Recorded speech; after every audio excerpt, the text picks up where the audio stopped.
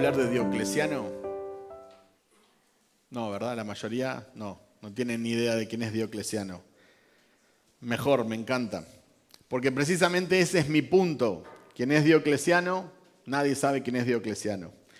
Fue un gran oponente del cristianismo. Fue un emperador romano que reinó entre el 284 al 305 después de Cristo.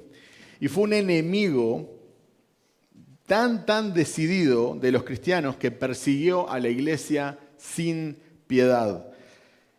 De hecho, él se imaginó que había derrotado al cristianismo y ordenó hacer una medalla con esta inscripción: el nombre del cristianismo se extingue. Diocleciano también erigió 2 monumentos en la frontera de su imperio con estas inscripciones: Diocleciano, Joviano, Maximiano, Hércules, César, Augusto, por haber extendido el imperio romano por oriente y occidente y por haber extinguido el nombre de los cristianos que llevaron a la ruina a la república. Y otro monumento con otra inscripción que decía: Diocleciano, Joviano, Maximiano, Hércules, César, Augusto, por haber abolido en todas partes la superstición de Cristo, por haber extendido el culto a los dioses. Una persona que odiaba el cristianismo, que odiaba a Cristo, que odiaba a los cristianos y que hizo todo lo que pudo en su poder para derrocar al cristianismo. Tengo noticias. Diocleciano está muerto y ya no está. La mayoría ni lo recuerda. Obviamente que si te gusta la historia, capaz que has leído de él, pero no es parte de nuestras vidas. Ahora es una nota al pie de página en las páginas de la historia de la iglesia. Sin embargo, la fama y la gloria de Jesucristo se extienden por toda la tierra. El Señor se burla de él y de todos los enemigos de Cristo. Y eso es precisamente lo que vamos a ver en el Salmo 2. Y el sermón de hoy se titula La aterradora risa de Dios. Dice así el Salmo 2. ¿Por qué se sublevan las naciones y los pueblos traman cosas vanas? Se levantan los reyes de la tierra y los gobernantes traman unidos contra el Señor y contra su ungido, diciendo: rompamos sus cadenas y echemos de nosotros sus cuerdas. El que se sienta como rey en los cielos se ríe. El Señor se burla de ellos. Luego les hablará en su ira y en su furor los aterrará, diciendo: pero yo mismo he consagrado a mi rey sobre Sión, mi santo monte. Ciertamente anunciaré el decreto del Señor que me dijo: mi hijo eres tú, yo te he engendrado hoy. Pídeme y te daré las naciones como herencia tuya y como posesión tuya los confines de la tierra. Tú los quebrantarás con varas de hierro, los desmenuzarás como vaso de alfarero. Ahora pues, oh reyes, muestren discernimiento, reciban amonestación, oh jueces de la tierra. Adoren al Señor con reverencia y alégrense con temblor. Honren al Hijo para que no se enoje y perezcan en el camino, pues puede inflamarse de repente su ira. Cuán bienaventurados son todos los que en Él se refugian. El Salmo 2 tiene una estructura bien clara y definida. Está dividido en 4 secciones o 4 estrofas, cada una con 3 versículos. Estas secciones presentan un desarrollo progresivo que contrasta la rebelión humana con el plan soberano de Dios y culmina con un llamado a la sumisión, a honrar a Dios. Podríamos dividir así: la rebelión y oposición de las naciones, versículos del 1 al 3, la respuesta de Dios con autoridad y soberanía, versículos del 4 al 6, la proclamación del rey y su poder, versículos del 7 al 9, y el llamado a someterse y encontrar refugio en el rey, versículos del 10 al 12. Esta estructura destaca un gran contraste entre la fragilidad de los esfuerzos humanos y la seguridad del plan de Dios. El plan de Dios se trata de Cristo como Rey de Reyes. Ahora, para entender un poquito más estas palabras, este tipo de literatura, debemos de conocer un poquito el contexto histórico. Había conflictos entre las naciones. En el antiguo Israel, los reyes frecuentemente se enfrentaban rebeliones y amenazas de las naciones vecinas, los filisteos, los amonitas, los arameos. Y este salmo refleja esa realidad política. Pero también nos habla de la relación del rey con Dios. El rey de Israel no era solo un líder político, sino un representante del gobierno divino.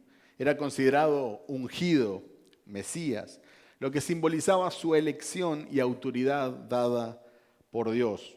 Entonces, el significado inmediato del texto pudo haber sido cantado durante la coronación de un rey, pero su lenguaje trasciende a los reyes terrenales, apuntando a un cumplimiento mayor en Cristo. Este salmo refleja el pacto davídico. En 2 Samuel 7, 12 al 13 dice: cuando tus días se cumplan y reposes con tus padres, levantaré a tu descendiente después de ti, el cual saldrá de tus entrañas y establecerá su reino. Él edificará casa a mi nombre y yo estableceré el trono de su reino para siempre. Dios promete a David un descendiente eterno que reinará sobre todas las naciones. Ahora, en la mentalidad antigua, en las culturas del Medio Oriente, se entendía que los dioses respaldaban a los reyes. Cuando un rey iba a la batalla, tenía esa concepción de que todos los dioses estaban detrás de él como apoyándolo. Pero este salmo desafía esa noción al afirmar que solo el Señor es soberano y que Él ha establecido a su rey. Nos habla de la rebeldía humana, la descripción de las naciones y gobernantes conspirando contra Dios. Refleja la arrogancia humana frente a la autoridad divina. Esto sabemos que es un tema recurrente en las Escrituras. Y también tenemos este texto con un cumplimiento en el Nuevo Testamento. Si me acompañan a Hechos 4, 24 al 28, vamos a ver el cumplimiento de este texto en el Nuevo Testamento. Al oír ellos esto, unánimes alzaron la voz a Dios y dijeron: oh Señor, tú eres el que hiciste el cielo y la tierra, el mar y todo lo que en ellos hay. El que por el Espíritu Santo, por boca de nuestro padre David, tu siervo, dijiste: ¿por qué se enfurecieron los gentiles y los pueblos tramaron cosas vanas? Se presentaron los reyes de la tierra y los gobernantes se juntaron a una contra el Señor, contra su Cristo. Porque en verdad en esta ciudad se unieron tanto Herodes como Poncio Pilato, junto con los gentiles y los pueblos de Israel, contra tu santo siervo Jesús, a quien tú ungiste, para hacer cuanto tu mano y tu propósito habían predestinado que sucediera. Acá en este pasaje podemos ver cómo se aplica el Salmo 2 a la oposición de los líderes religiosos y políticos contra Jesús. Ahora, ya analizando nuestro Salmo, Salmo 2, vamos a leer nuevamente versículos del 1 al 3. ¿Por qué se sublevan las naciones y los pueblos traman cosas vanas? Se levantan los reyes de la tierra y los gobernantes traman unidos contra el Señor y contra su ungido, diciendo: rompamos sus cadenas y echemos de nosotros sus cuerdas. El salmista se pregunta perplejamente, es como que David está anonadado, está perplejo. ¿Por qué se sublevan las naciones? ¿O por qué se amotinan las gentes? No hay ninguna razón para airarse con Dios y no hay ningún beneficio en rebelarse a Dios. Pero también podríamos preguntar por qué se rebelaron Adán y Eva, por qué Judas traicionó a Jesús. Y vamos a llegar a la conclusión que está en nuestra naturaleza. Todos sabemos que no podemos pelear contra Dios, no podemos ganarle a Dios. Pero hay algo que está en nuestra naturaleza que nos hace necios. Los pueblos traman cosas vanas. O también otra versión dice: los príncipes consultarán unidos. Desde el tiempo de Babel, de la torre de Babel, los hombres continúan uniéndose contra Dios. Como si 2 o 3 o más hombres tuvieran alguna oportunidad contra Dios. Dice contra Dios y contra su ungido. Ungido habla de Cristo, el ungido. Dado que Jesús es la representación perfecta del Padre, oponerse a Dios el Padre es oponerse a Jesús. Y si estás contra Jesús, estás en contra del Padre. Dice el texto: rompamos sus cadenas o ligaduras. Los que se oponen a Dios y a su ungido piensan de Dios como un portador de esclavos. Es como me está esclavizando, me quiero liberar, quiero romper las cadenas, me tiene atado, no puedo ser libre, no puedo ser soberano. Y esto evidencia lo equivocado que están, porque de hecho solo en Cristo podemos ser verdaderamente libres. Spurgeon dijo, para un cuello sin gracia, el yugo de Cristo es intolerable, pero para el pecador salvo es fácil y ligero. Podemos juzgarnos a nosotros mismos por esto. ¿Amamos ese yugo o deseamos expulsarlo de nosotros? El Señor responde a esta rebeldía, en los versículos del 4 al 6. El que se sienta como rey en los cielos se ríe. El Señor se burla de ellos. Luego les hablará en su ira y en su furor los aterrará, diciendo, pero yo mismo he consagrado a mi rey sobre Sión, mi santo monte. Ciertamente anunciaré el decreto del Señor que me dijo, mi hijo eres tú, yo te he engendrado hoy. Es una imagen muy descriptiva. El que mora en los cielos se ríe o se reirá. Dios mira la forma en que el hombre trama contra él y se ríe. Es casi como si un niño pequeño, uno de mis hijos, me diga que me puede ganar una pulseada. Mi hijo de 2 años. Y es casi simpático, es tierno. Me voy a reír. Imagínense Dios mirando las naciones, mirando a los rebeldes, mirando la naturaleza humana, tramando contra él, como si le pudieran ganar. Dios mira a los hombres y se ríe. Fíjense que Dios no tiene miedo, Dios no está confundido, Dios no está deprimido por la oposición del ser humano. Dios no se siente amenazado y en ningún momento está en peligro su plan. Dios se ríe burlonamente de los malos. Dice que Él mora en los cielos como gran rey en un trono glorioso. No se pasea de un lado a otro en el salón del trono del cielo preguntándose qué debería de hacer. Él mora en perfecta paz y seguridad. Y no es un trono terrenal el que ocupa, es el trono del cielo con toda la autoridad. Boyce comenta, Dios no tiembla, no se esconde detrás de una vasta muralla celestial, contando al enemigo y calculando si tiene o no la fuerza suficiente para contrarrestar este nuevo desafío a su reino. Ni siquiera se levanta de donde está sentado, simplemente se ríe de estos grandes imbéciles. Perdón por la expresión, pero estoy citando a Boyce. Pero esta risa burlona de Dios es el consuelo de todos los que amamos su justicia. Quizás te estás preguntando, ¿qué tiene que ver este salmo conmigo? Bueno, somos los primeros en quejarnos cuando vemos que hay injusticias, ¿verdad? Cuando parece que el justo prospera o cuando parece que nadie nos hace justicia. Pero acá vemos a Dios en su trono, recompensando o por su gracia, dando refugio a aquellos que en Él confían, pero destruyendo a los inicuos. Nosotros tenemos a veces esa idea de Dios como un viejito bonachón bueno, ¿verdad? Que es todo amor y que es bueno, ¿no? Pero eso es solo una versión muy limitada de Dios. Dios también es fuego consumidor y Dios también va a destruir a sus enemigos. Y gracias a Dios por eso. Esta risa es aterradora para todos aquellos que rechazan su amor. Esta risa es aterradora para aquellos que no ponen su esperanza en Él, porque Dios hará justicia con los malvados. Dice, el Señor se burlará de ellos. A través de los siglos muchos se han opuesto a Dios y a su Hijo Jesucristo, como en el caso de Diocleciano. Y cada uno de estos oponentes se ve frustrado y aplastado. Uno hasta llegó a decir, Dios está muerto. Dice el texto, luego hablará a ellos en su furor. Dios se ríe en el cielo, pero Él no permanece inactivo.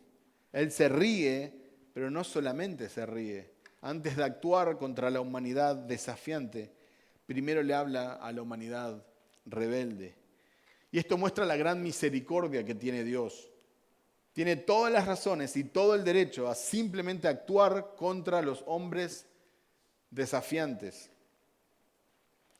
El amor y la misericordia motivan a Dios a hablar una palabra de advertencia antes de actuar. Pero yo he puesto mi rey sobre Sión, mi santo monte. Dios quiere que los hombres desafiantes sepan que Él ha establecido un rey, un nombre sobre todo nombre, un nombre bajo el cual se puede ser salvo, un mediador entre Dios y los hombres. Aquel que toda rodilla se doblará y que toda boca confesará que Él es Señor. Y los hombres desafiantes más cercanos a la vista en el Salmo son reyes y gobernantes. Y Dios especialmente quiere que sepan que un rey más grande que ellos está en su trono. El rey que Dios ha establecido. Luego pasamos a la tercera sección, el decreto inamovible de Dios sobre su Hijo. Salmos 2 del 7 al 9. Ciertamente anunciaré el decreto del Señor que me dijo, mi hijo eres tú, yo te he engendrado hoy. Pídeme y te daré las naciones como herencia tuya, como posesión tuya los confines de la tierra. Tú los quebrantarás con vara de hierro, los desmenuzarás como vaso de alfarero. Ahora pues, oh reyes, muestren discernimiento, reciban amonestación, oh jueces de la tierra. Dice el texto, yo publicaré el decreto. El siguiente pasaje indica que este es el ungido mismo de Dios hablando. Y él publicará el decreto que Dios Padre le habló. Ahora, el autor de Hebreos cita a este texto. Hebreos 1.5 dice, porque a cuál de los ángeles dijo Dios jamás, hijo mío eres tú, yo te he engendrado hoy, y otra vez yo seré padre para él, y él será hijo para mí. Se identifica a Jesús como el Hijo sentado en el trono de Dios. El autor de Hebreos lo usa como evidencia de la deidad de Jesús y la superioridad sobre todos los ángeles. Menciona el nombre más excelente que recibió Jesús, que es mayor que todos los ángeles, el nombre de Hijo. Aunque a los ángeles a veces se los llama hijos de Dios en un sentido genérico, como en Job 1.6, el Padre nunca le dijo mi hijo a ningún ángel en un sentido específico. Eso está reservado para el Hijo de Dios, la segunda persona de la Trinidad. Dice, engendré es una idea importante en contraste con lo creado. Jesús no fue creado, más bien creó todo lo que fue creado, y todo fue creado por Él y para Él y a través de Él. Engendré describe una relación entre dos seres de la misma naturaleza y ser esenciales. Un hombre crea una estatua, pero engendra un hijo. Y luego viene este pasaje que tantas veces ha sido usado en congresos misioneros y cosas referentes a esas misiones. Te daré por herencia las naciones. Entonces muchas personas oran, no, bueno, pedí al Señor y te dará por herencia las naciones. Acá es el ungido de Jehová, el ungido de Dios, que tiene a las naciones como su herencia. Es Cristo que puede pedir a las naciones como herencia del Padre. Y Él gobernará sobre todas las naciones y todo juicio le es encomendado. Eso está en Juan 5:22. Esto lo podemos ver precisamente en Apocalipsis. Describe la emocionante consumación de esta herencia. Me pueden acompañar, vamos a ver dos pasajes. El primero en Apocalipsis 11, del 15 al 18. El séptimo ángel tocó la trompeta y hubo grandes voces en el cielo que decían, el reino del mundo ha venido a ser el reino de nuestro Señor y de su Cristo. Él reinará por los siglos de los siglos. Y los 24 ancianos que estaban sentados delante de Dios en sus tronos se postraron sobre sus rostros y adoraron a Dios diciendo, te damos gracias, oh Señor Dios Todopoderoso, el que eres y el que eras, porque has tomado tu gran poder y has comenzado a reinar. Las naciones se enfurecieron y vino tu ira y llegó el tiempo de juzgar a los muertos y de dar recompensa a tus siervos los profetas, a los santos y a los que temen tu nombre, y a los pequeños y a los grandes, y destruir a los que destruyen la tierra.